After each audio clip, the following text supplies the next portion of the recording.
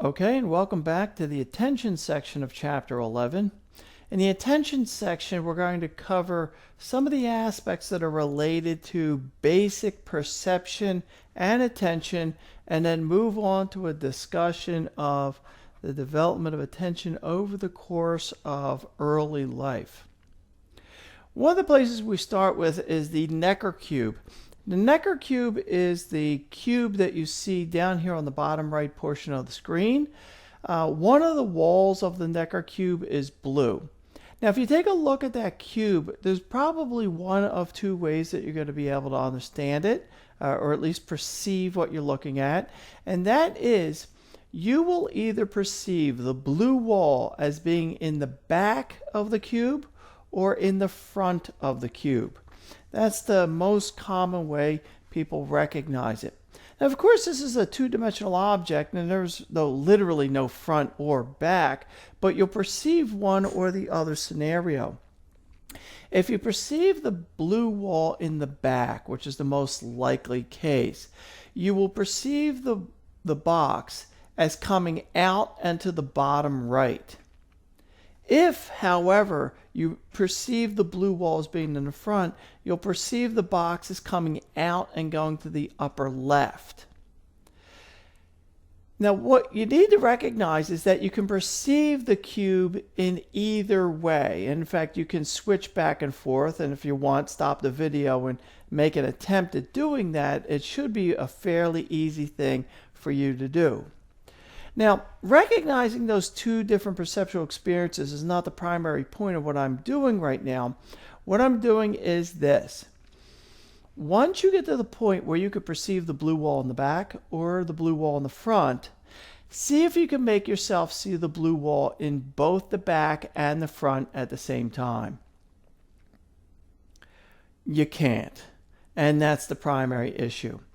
Despite the fact that this stimulus allows you to perceive it one way or another, you have the inability to actually see it in both ways at the same time.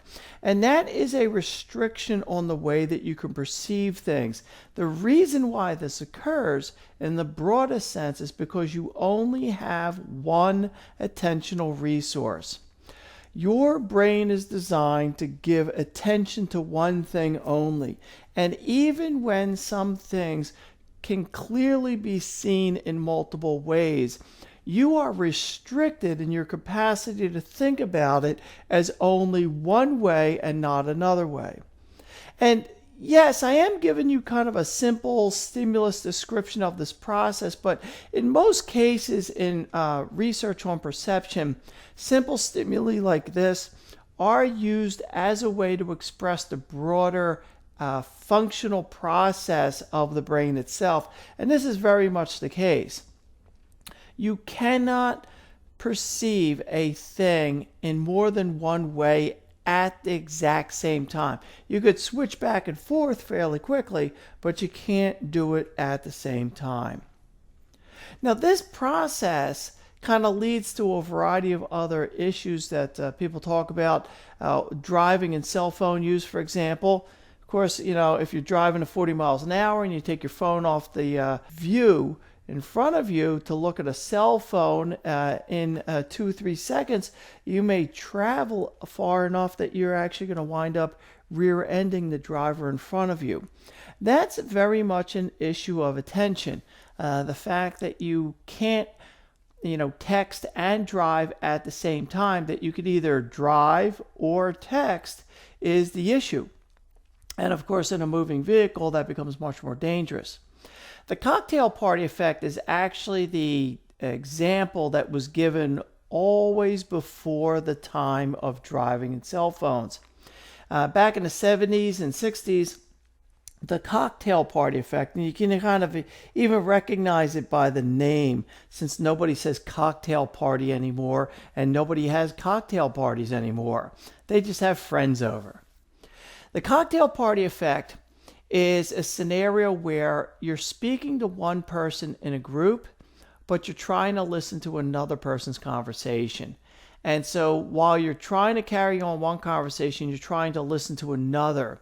The issue here is that you're only going to wind up getting 50% of either one of those conversations, but you can't switch back and forth rapidly enough to be able to absorb each of those conversations completely. And in the final case, the Broadbent and Treisman's models are related to a kind of a really general underlying model by which attention actually takes place. You can look at this a little bit more in your manual. The filter model from Broadbent is related to identifying things that are important or not important and allowing a pathway of sensory information in to absorb some things and to block other things out. And in Treisman's case, the attenuator model essentially does the same thing, because attenuator means to reduce, and what does a filter do? But it blocks out. You're just on the same pathway. In Treisman's case, you're going to lessen the influence of some things and not other things as well, which is a really general way to describe attention, but they're not very specific, and better models are needed in the 21st century than Broadbent and Treisman's models. We come back again, like from the last lecture, to talk about Gestalt. Here we're just kind of duplicating ourselves. Gestalt was the term which referred to the entirety of a stimulus. It is a term developed from German psychologists back in the late 1800s. And you see it in this particular image here. This image appears to show a series of black and white boxes that all have kind of a non-parallel lines with them. So if you look at any of the edges of these series of boxes, they all appear to be getting smaller or larger depending upon whether you're going up or down. But as it turns out, each one of those vertical lines is parallel with all of the other vertical lines. They simply do not appear to be parallel based upon the arrangement of the black and white boxes. And that's a nice example of Gestalt. In fact, these examples like this and many others largely that become the basis for optical illusions really were created from research on Gestalt in Germany in the late 1800s. So that today, even many of the visual perceptual illusions that you may see on the internet really are initially derived from psychology laboratories, oftentimes used in experimentals, often used as experimental stimuli, and then later on released to the public when they are used enough so that people start to recognize what they are. Part of the issue of attention comes from the story of working memory. Now, in a previous lecture, we talked about the memory model and how working memory was the center box of the information processing model. Now, that description of working memory was okay, but it was fairly general. It didn't give you a lot of specifics about exactly what short-term memory was. And here you have a model of working memory. Now, working memory and short-term memory are very, very similar to each other. And in fact, frankly, they're not very well distinguished in the literature. Okay, I want to be real clear about that because sometimes you see the term working memory, and sometimes you see the term short-term memory, and they mean slightly different things. But at the current time, technology and theory does not allow you to distinguish between short-term memory, a memory that decays in about 30 seconds, and working memory, which is a memory for a thing you're actively working with, which just sounds like short-term memory with the additional aspect of rehearsal. But whether or not there's truly a difference between them, or this is just kind of a perceptual thing from the standpoint of the psychologists that are theorizing about it, is not absolutely clear. Regardless, Badley has come up with a model of working memory, which is this kind of mixture of working memory and short-term memory involving rehearsal. In this particular case, let's just accept this model for what it is. You have a scenario in which the central executive, that is the executive function that we talked about before, which is kind of the primary decision maker in your brain, will hold a memory for vision and an event and hearing. Now, why only vision and hearing and the event itself? Only because many of these models in memory that are designed specifically for human beings almost always focus on visual and auditory stimuli, simply because human beings function with vision and hearing more than we do touch and smell and taste and so forth. So the models tend to stress vision and hearing more. Episodic memory, like we learned about in the memory section before, refers to your event occurring from your own point of view. It's again like if you had put a GoPro on your forehead and recorded everything from your own point of view. That's what episodic memory is. So in Baddeley's model, a central decision maker is controlling the degree to which you remember a visual, auditory, or generally functional process of events that occurred over time, that being the episodic memory.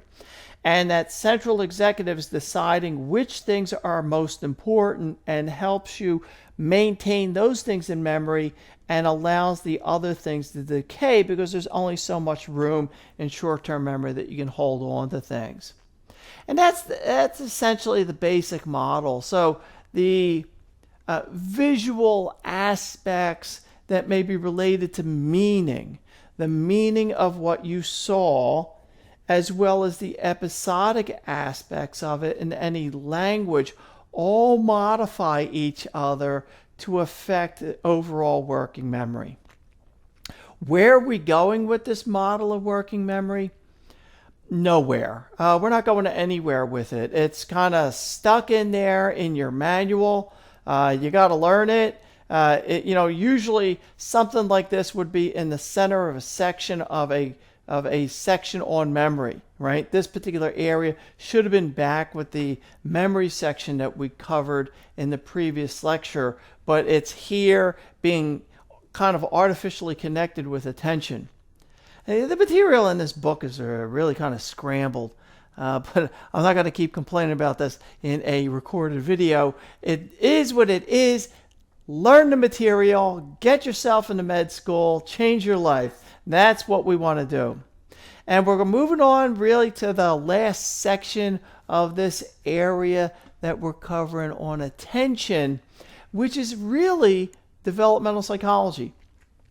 So here we go. In developmental psychology, there are 4 stages of intellectual development that occur universally with all human beings throughout the globe.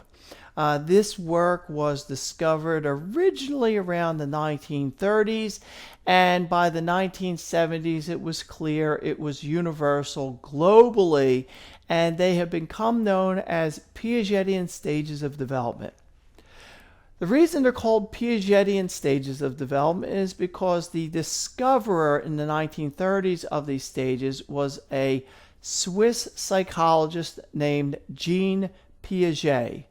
And so the stages were named after him once everybody kind of came to recognize the universality of this development. Now, the table that you see on the screen here is a summary table for all of the slides in the coming section. There are 4 stages. First one's called the sensory motor. Then there's the pre-operational, the concrete operational, and the formal operational. And the age ranges here are also very important. You're going to have to know the names of the 4 stages, the order in which they occur, and the age ranges in which they exist. That's pretty much a guarantee. Then there's a brief description of what the stage shows, or what aspect really kind of becomes stressed in that particular stage, and some of the skills that you see in that particular case. Everything on the summary everything on the summary table will show up in the later slides. So I'm just going to move on to these later slides and start talking about this. The sensory motor stage is called the sensory motor stage because Piaget back in the 1930s felt that what children primarily learn at this early stage of development is nothing more than the ability to distinguish between stimuli and to learn motor function. Okay, fine. Now, children from 0 to 2 years of age don't have very much language. And that's an important thing to keep in mind in the sensory motor stage, largely because they can't talk to you. And because they can't talk and they don't have language, they're not going to have very good memories of things. And they're going to have to go through a lot of repetition to learn things because they're not going to have a language ability to kind of attach memories to. So what you're seeing mostly in the first 2 years of life is children learning to roll over, sit up, walk, and toward the end, in that last maybe 9 months of the entire 2-year stage, they're going to learn single words at a time. So they're not going to speak in complete sentences. They're just going to learn, things like baba or daddy, or bottle or, milk or whatever it might actually be, things that are relevant for the baby. And that will be the child's primary capacity and experience for things at that point in their life. In the following stage, the preoperational stage, you see a lot of development of cognitive processes, mainly because there is a large increase in the amount of language that occurs during this time period. And in fact, there's an underlying process of symbolic manipulation that develops during this time period. A generalized process of your ability to develop a capacity to use symbols leads to 3 primary sources of development. 1, language learning, which language is a symbolic manipulation system. 2, the development of mathematical skills. Now note the age range, 2 to 7. You're not going to see a lot of mathematical development, but it will start to appear, and you really won't get to see much of it until probably around after ages 3 to 4. But still, math skills, which are entirely symbolic, just like a human language like English, French, or Spanish, is a system of symbols that has a particular grammar where you have to string things together in a particular way, and then it has a particular meaning. And so the development of human language, like your capacity to speak English, follows your capacity as well to do mathematical work because you have a very similar type of system operating.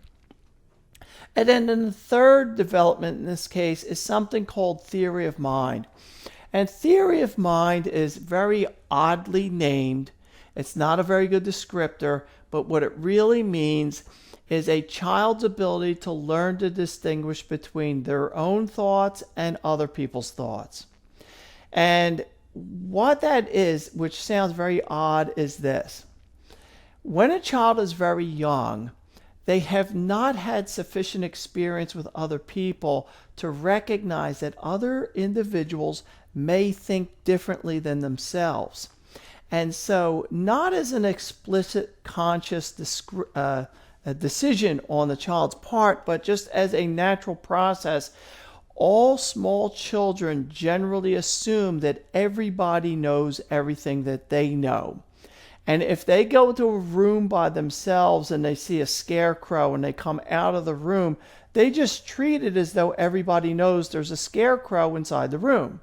And that seems really rather odd for an adult to think this way, but all of us thought this way at one time.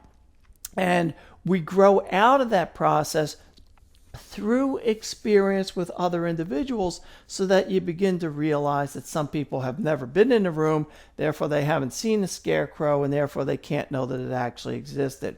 But that's what theory of mind is all about, being able to distinguish between your thoughts and other people's thoughts. In the concrete operational stage, which starts at approximately age 7, this is the time when school begins, and it also begins the point at which small children have the minimum bare bones capacity to do basic logical reasoning. And that is very simple underlying reasoning, like being able to add on a number line with digits that don't go above 9.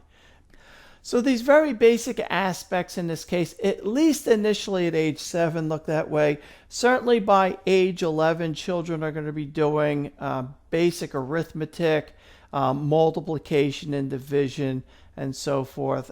So there's a fair amount of development. There is a fair amount of development over the course of these age ranges from about 7 to 11 or so. But what is important to recognize is that logical reasoning skills develop during this time. Children begin to recognize the role of volume separate from the role of length. So, for example, prior to age 7, most children recognize the sizes of objects by length only, not by volume. Volume is too difficult. So everything is judged based on its length. But of course, you'd recognize as an adult that length is not the primary thing to measure the size of an object by. Volume very well may be more important. And it takes until about age 7. In fact, it's actually one of the first skills that develops that identifies that a child has gone into the concrete operational stage, where they begin to apply a rudimentary application of volume to the overall size of an object to recognize its relation compared to other things, but not just basing it on length. During this time, because logical reasoning skills are developing, you also begin to get a lot of fairy tales questioned.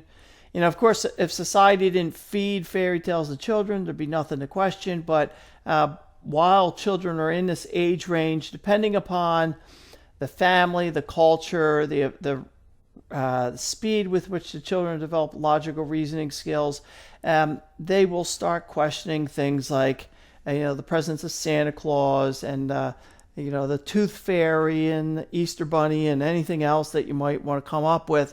And they'll start asking questions, usually on very specific processes, like how could Santa Claus get around the world, only during the time that the earth is dark at night and the earth is spinning. And they start adding in, different aspects of reason, to the question, and to undermine the overall story. In the formal operational stage, which starts at approximately age 12 and is also very closely associated with the onset of puberty, which may occur earlier or sooner, it may affect the development of the formal operational stage as well. You primarily see a development in abstract reasoning skills. And the abstract reasoning skills that are developed get applied in a very broad range, so much so that children begin kind of this final stage where they start to think like adults. And one of the primary characteristics of an adult human is to always place an argument, a logical argument, within a context. And if the context changes, the exact same logical reasoning may lead to different conclusions. And this is very much what you wind up seeing with respect to adult humans. Moral reasoning becomes more flexible for children during this time because the morality of an event is always dependent upon the specific circumstances in which it occurs. So you're less likely to see an individual who's 12 or older, and certainly not an adult, except one basic reason for something where you would say, killing is wrong. That's it. Done. There's no question about it. And most people would agree killing is wrong, except adult humans will say, well, you know what? Killing might happen, and we can let it go if the person was being attacked. So it's a self-defense killing, right? Or an army from another country invaded your country, and you'd either be killed or you could fight back. Well, in that case, killing other people is also okay. And there always become these various contexts for which these events occur.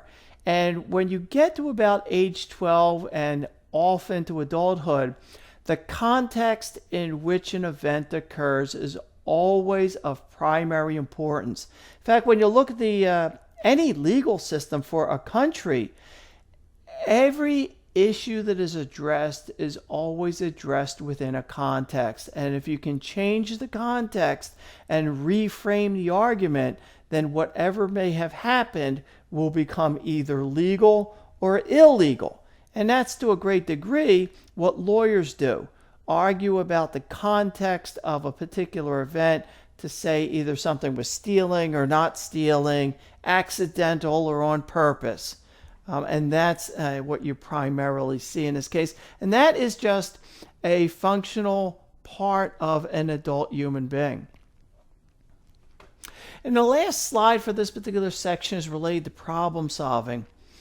Problem solving, which is related to this developmental capacity to solve problems that we're seeing in as Piagetian stages, really is kind of determined by a variety of other more sophisticated issues that have been discovered largely by social psychologists, like confirmation bias, fixation, functional fixedness, where you have a problem, but you are restricted in your ability to understand the context in which it occurs, and as a result, you have a limited number of answers for the problem. And you can't see a better solution based upon the context in which you categorize the problem itself. So that's what you see with confirmation bias, where you and everybody else kind of see a problem the same way, which limits your ability to see a wider range of solutions. Or fixation from a particular mental set, which is really just the same thing as a confirmation bias, except you're not talking about you and a group of people, you might just be talking about yourself. So confirmation bias almost always is related to group activity. Fixation from a mental set is essentially the same process, but it's you by yourself. And functional fixedness, again, comes back to the same thing, where you can't see a broader range of context in which these issues play themselves out. And so you might see, like a spoon only used for eating soup, and it doesn't do anything else. But if you're stuck in a prison cell, the spoon could be used to chip away at the brick, and maybe you can tunnel your way to safety, or to escape. But if you don't ever see the spoon as something that could be used to dig through brick, then you'll never be able to escape from the prison. Now, heuristics is a process by which you have a problem-solving technique developed. And that's what heuristics is all about. And there are a variety of things that influence. Largely, your book is focusing on heuristics that undermine your ability to solve a problem. Rather than enhance your ability to solve a problem, your book is focusing on issues that undermine your ability to solve a problem, like belief bias. And you're going to see, frankly, a lot of overlap with what you see on the top of the screen there. Belief bias is just the fact that you have a context for solving a particular problem a particular way, and if it doesn't work, you simply become stuck. And that's because what you're referring to as belief bias is an understanding of the problem in a certain manner, which restricts your ability to see alternatives. Belief perseverance is basically the same thing, except the fact that you have that bias never goes away, so it's persevering.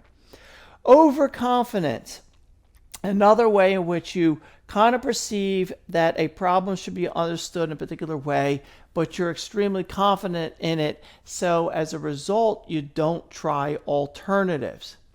And framing, which largely sets the same story again. And notice that psychologists, they do a lot of categorizing of things that overlap quite a bit with each other. Framing is just another way in which you set a context to solve a problem. If the framing doesn't work, then you can't see the solution to the problem and you become stuck. And that's the whole story again.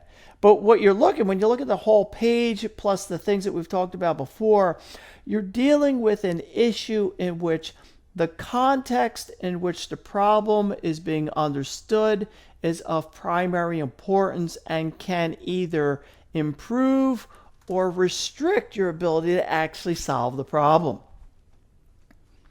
And that finishes this particular section of Chapter 11.